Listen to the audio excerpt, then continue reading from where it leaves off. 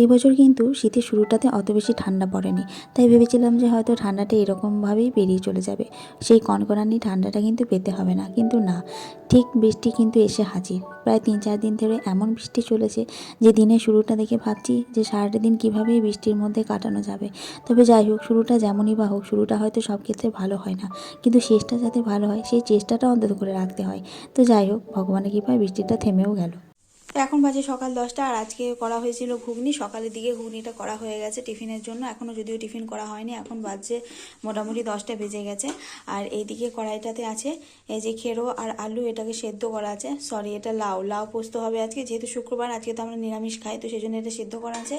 তো এখন আমি পোস্তটা বাটবো, তারপরে এটাকে আবার গ্যাস জ্বালিয়ে পোস্তটা দিয়ে যেমনভাবে হয় যেরকম নামিয়ে দেবো। তো চলো, এখন কিছু কাজ আমার বাকি আছে, তো সেই কাজগুলোই এখন করব।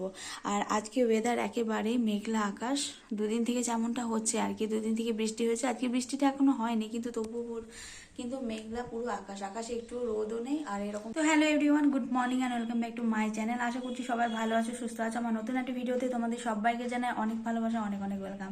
তো এখন তো দেখতেই পেলে সকাল 10টা বেজে গেছে, আর আমাদের এক পদ প্রায় রান্না হয়ে গেছে। এখন রান্না বান্না কিছু হয়নি, শুধুমাত্র টিফিনের জন্য একটু ঘুগনি বানিয়েছিলাম। আর গত 3 দিন হয়ে গেছে আমি প্রায় মাথাতে শ্যাম্পু ট্যাম্পু আমি এখনো কিছুই করিনি। আর কালকে ভেবেছিলাম করবো, কিন্তু কালকে সারাটা দিন এতটা পরিমাণ বৃষ্টি হয়েছিল যে কালকে কিছুই করা যায়নি। আজকে বৃষ্টি হয়নি যদিও, কিন্তু তবুও কিন্তু একেবারে পুরো মেঘলা মেঘলা আকাশটা হয়ে রয়েছে, একটু রোদও নেই আর প্রচণ্ড পরিমাণ হাওয়া দিচ্ছে। জানি না এখনো পর্যন্ত কি হবে। তো একটা বেশ ভালো দিক যে আমার প্রতি বছর শীতকালে কিন্তু প্রচণ্ড পরিমাণ ঠান্ডা লেগে যায়, এতটাই ঠান্ডা লাগে যে আমি মানে আর কিছু করতেই পারি না। ঠান্ডা অদ্ভুত টাইপের ঠান্ডা লাগলে তো জানোই যে কীরকম টাইপের একটা কষ্ট ফিল হয়, রাত্রেবেলা শোয়া যায় না, নাক দিয়ে নিঃশ্বাস নেওয়া যায় না।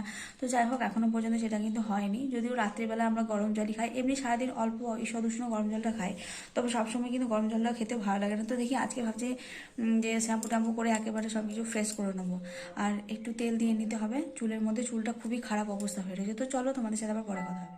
প্রকৃতির ইচ্ছার বিরুদ্ধে গিয়ে আমরা কিন্তু কিছুই করতে পারি না, প্রকৃতির কাছে আমরা আজও কিন্তু সত্যিই অসহায়। তাই প্রচণ্ড ঠান্ডা, শীত, গ্রীষ্ম, বর্ষা সব কিছুকে মাথায় নিয়েই আমাদেরকে কিন্তু এইভাবেই দিনের পর দিন চলে যেতে হবে। যেমনটা চলছে 2 দিন ধরে, একটুও কিন্তু বাইরে হাওয়া নেই, এই হাওয়া আছে কিন্তু রোদ এক ফোঁটাও রোদ ওঠেনি, পুরো অন্ধকার টাইপের হয়ে রয়েছে। আর আমি ঘর এই যে বিছানা টিছানাগুলো একটু তুলে রাখলাম, আর ওই দেখো ওই জানলাটার মধ্যে কিন্তু একটা শতরঞ্জি দেওয়া আছে। কেন বলো তো? কারণ কি, ওই জানলাটার মধ্যে না যখনই বৃষ্টি হয়, দাঁড়াও, তো যখনই ওখানটায় বৃষ্টি হয়, বাইরে বৃষ্টি হয়, তো বাইরের ওই পোর্শনটা পুরোপুরি কিন্তু এক ফোঁটা রোদ আসে না, তো যার কারণে না ওটা পুরো স্যাঁতস্যাঁতে টাইপের হয়ে যায়। তো যেহেতু রাত্রে শুয়েছিলাম, তো ওখানেই কিন্তু বিছানাগুলো থাকে, তো তো সেই কারণে ওটা দিয়ে দেওয়া হয়েছে, পুরো জল ফুটে আসে, তো বিছানাগুলো স্যাঁতস্যাঁতে আরও তো হয়ে যাচ্ছে। আর রোদ নেই, যার কারণে একদমই রোদে দেওয়া হচ্ছে না। এই যে এইগুলো সব বের করেছিলাম, এগুলো একটু রোদে রোদে দিতে হবে, তো সেই কারণে তো রোদ কোথায় পাবে, রোদ থাকলে তবে না রোদে দেওয়া হবে। তো এখন এরকমই হয়তো চলবে, এখন দেখা যাক। কালকে তো হয়েছে একই রকম, আজকেও কিন্তু একই রকম, তো কালকে রোদটা হতে পারে। তো চলো তাহলে এখন কাজগুলো করে নিই, কাজ বলতে ঘরটা এখন ভালো করে ঝাড় দিয়ে। যে এখন বাজে দুপুর 1টা, এদিকে রান্না বান্না সব মোটামুটি কমপ্লিট, পোস্ত হয়েছে, আর এখানে ভাতটা গরম করে ঢাকা দেওয়া আছে। আজকে সেরকম রান্না কিছুই হবে না, বেগুন ভাজা হবে, আর এখানে ডাল আছে, এই ডালটা এখন বেটে এই ডাল দিয়ে একটু বড়া করা হবে। সকালের দিক পর্যন্ত প্রায় অনেকটাই বৃষ্টি হয়েছিল, কিন্তু বেলা বাড়ার সাথে সাথে আকাশটা একটু পরিষ্কার হয়েছে, যদিও রোদ ওঠেনি, কিন্তু একটু বেশ ঝলমলে হয়েছে। ভেবেছিলাম যে আর হয়তো বৃষ্টি হবে না। তো যাই হোক, জামা কাপড় কিছু ছিল, তো সেগুলোকে কাছাকাছি নিয়েই একটা সমস্যা, কারণ একদিন জামা কাপড় না ধুলে মনটা যেমন অস্বস্তি করে, সেরকম কিন্তু অনেকটাই কিন্তু জামা কাপড় ঘরে জমেও যায়। তো এটাই একটা সমস্যা বলতে পারো। তো সব দেখতে দেখতেই এদিকে দুপুর গড়িয়ে বেলা হয়ে গেছে, তো এখন খাওয়ার টাইম হয়েছে। তো যাই যাই ছিল মোটামুটি একটু নিয়ে, আর এই এত ঠান্ডাতে না খাবার দাবার খেতে কিন্তু একেবারেই ইচ্ছে করছে না। তো আজকে গরম ভাতে একটু ঘি, আলু পোস্ত এইসব দিয়েই মোটামুটি আজকের লাঞ্চটা দুপুরের হয়ে গেল। আর একটু মতো ডাল করেছিলাম, কারণ 2 দিন থেকেই বেশ একটু শুকনো শুকনো খাবারটাই খাওয়া হচ্ছে। এই যে এখন আমাদের খাওয়া দাওয়া কমপ্লিট করা হয়ে গেছে, অনেকক্ষণ খেয়েছি, এখন বাজে 2:45। আর আজকে তো রোদ টোদ কিছু ওঠেনি, উঠেছিল 12টা 12:30 দিকে, কিন্তু তবুও বাইরে বেশ ঠান্ডা, সব থেকে বেশি ঠান্ডা হচ্ছে ঘরের ভিতর। আর মাথায় আজকে বেশ ভালো করে তেল দিয়ে নিয়েছি, কারণ এখন তো শ্যাম্পু করা একেবারেই যাবে না, খুবই ঠান্ডা বাইরে, ইচ্ছাও করলো না শ্যাম্পু ট্যাম্পু কিছু করতে। তো যাই হোক, খাওয়া দাওয়া সব কমপ্লিট করলাম। আর আজকে তো পোস্ত হয়েছিল, ডাল, মুগের ডালটা অনেক পরেই করা হলো, আর একটু বড়া ভাজা, বাস এই ছিল। ডালটা করার কথা ছিল না, কিন্তু আমি দেখলাম যে একদম শুকনো শুকনো খাবো, তো তার জন্য মাকে বললাম, তো তারপরে আমার ডালটা করলো।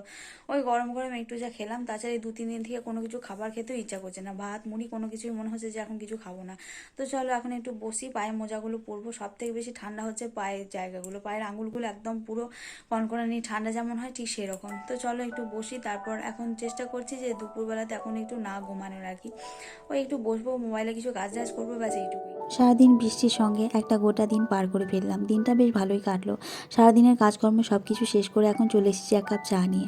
আর এই চায়ের সাথে আজকের মতো ভিডিওটা আমি এখানেই বিদায় দেবো। তো বন্ধুরা, নতুন একটা ভিডিওর সাথে তোমাদের সাথে আবার দেখা হবে। চ্যানেলে যারা নতুন আছো তারা আমার যদি ভিডিওগুলো ভালো লাগে তোমাদের, অবশ্যই চ্যানেলটিকে সাবস্ক্রাইব করো আর আমার ভিডিওগুলোকে লাইক করে আমার পাশে থেকো। তোমাদেরকে অনেক অনেক ধন্যবাদ যারা এখনও পর্যন্ত আমার চ্যানেলটিকে সাবস্ক্রাইব করেছো। তোমাদের সবাইকে অনেক ভালোবাসি। আশা করবো তোমাদেরও আমার ভিডিওগুলো বেশ ভালো লাগবে। তো চলো, টাটা, বাই বাই, ভালো থেকো।